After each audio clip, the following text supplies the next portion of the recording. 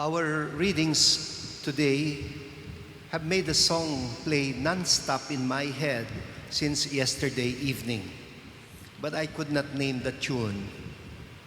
So what I did was I kept humming the tune until this morning to be able to get even just one line of the song. You know that in the age of Google, there is nothing that is unsearchable anymore. After repeating the tune several times, I succeeded in getting the first line of the song. It says, "Birds flying high." Well, not only did I get the lyrics, I also got a YouTube video of the Canadian crooner Michael Bublé singing it. The song says, "Birds flying high, you know how I feel. Sun in the sky, you know how I feel. Breeze drifting on by, you know how I feel.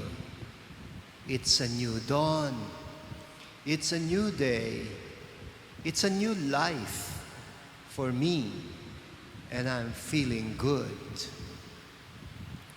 Why would our readings today remind me of this song?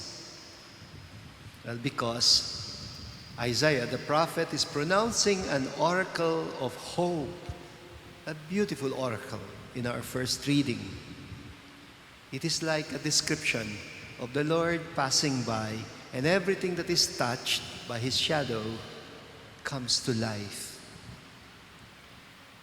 Listen, He speaks about rivers opening up in the broad valleys and fountains on the bare heights. He speaks about a desert turning into a marshland and the dry ground into springs of water, about trees of all kinds like cedars, acacias, myrtles, and olive trees sprouting in the desert, about cypresses and plane and pine trees growing in the wasteland. He is describing the Judean wilderness coming back to life and being recreated upon their return from exile. And in our gospel, Matthew is telling us why the least in the kingdom of heaven are greater than John the Baptist, even if John is supposed to be the greatest man born of a woman. Remember how John called himself a mere best man for the bridegroom, a forerunner of the anointed one who identifies himself with the least, with the poor, to whom he says the kingdom of heaven rightfully belongs. He is just a messenger who prepares the way for the breaking of a new dawn, for the coming of a new day in Israel. You know, I think of John like a rooster crowing in the dark, rousing the people from their sleep in order to get them to greet the birthing of the light. Palagay ko ito yung dahilan kung bakit yung simbang gabi still has a strong appeal for us Filipinos. Just imagine the effort that people have to make in order to wake up very early in the morning before dawn, just at that time of the year when one is tempted to stay much longer in bed because of the cold. Imagine how much more difficult it is to make such an effort, especially in countries with harsh winter. But, believe it or not, Filipinos have succeeded in introducing Simbang Gabi, nevertheless, even in Europe and America. What got me used to regularly waking up very early was an unforgettable experience that I had When I first experienced climbing Mount Sinai, coming from St. Catherine Monastery, I remember reaching the top, reaching the summit just in time for the first streaks of light that pierced through the darkness. Nagkataon, there was a group of American pilgrims that was also climbing the mountain with us. And you know, as soon as they reached the top of the mountain, they must have gotten so mesmerized by the incredible sight, they broke into song. And I remember the first streaks of light sparking on the dewy layer of grass as we sang together, "Morning Has Broken." I remember joining them and being moved to tears myself by the lyrics.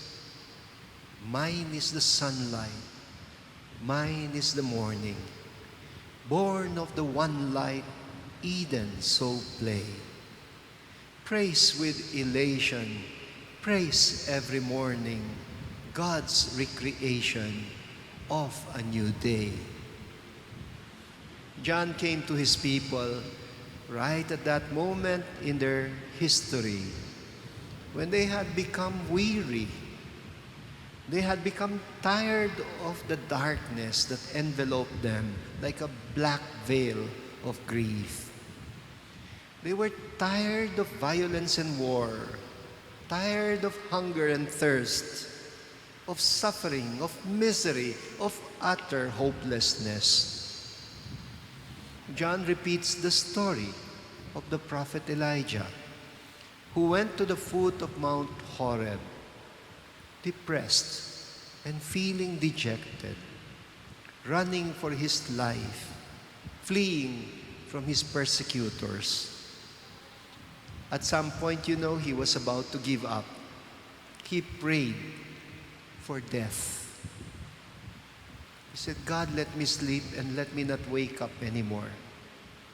But the angel of God kept waking him up, feeding him and pushing him to carry on with the journey.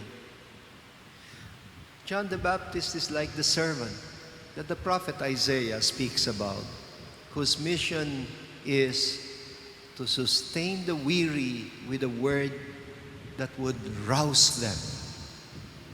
He says, "Morning by morning he awakens me. He opens my ears to hear as a disciple should hear." Brothers and sisters, this is also the role that we are called to play in this season of Advent, to be stubborn messengers of hope, to be unafraid of journeying through the darkness of this present pandemic crisis, believing that God's faithfulness is as certain as the dawn.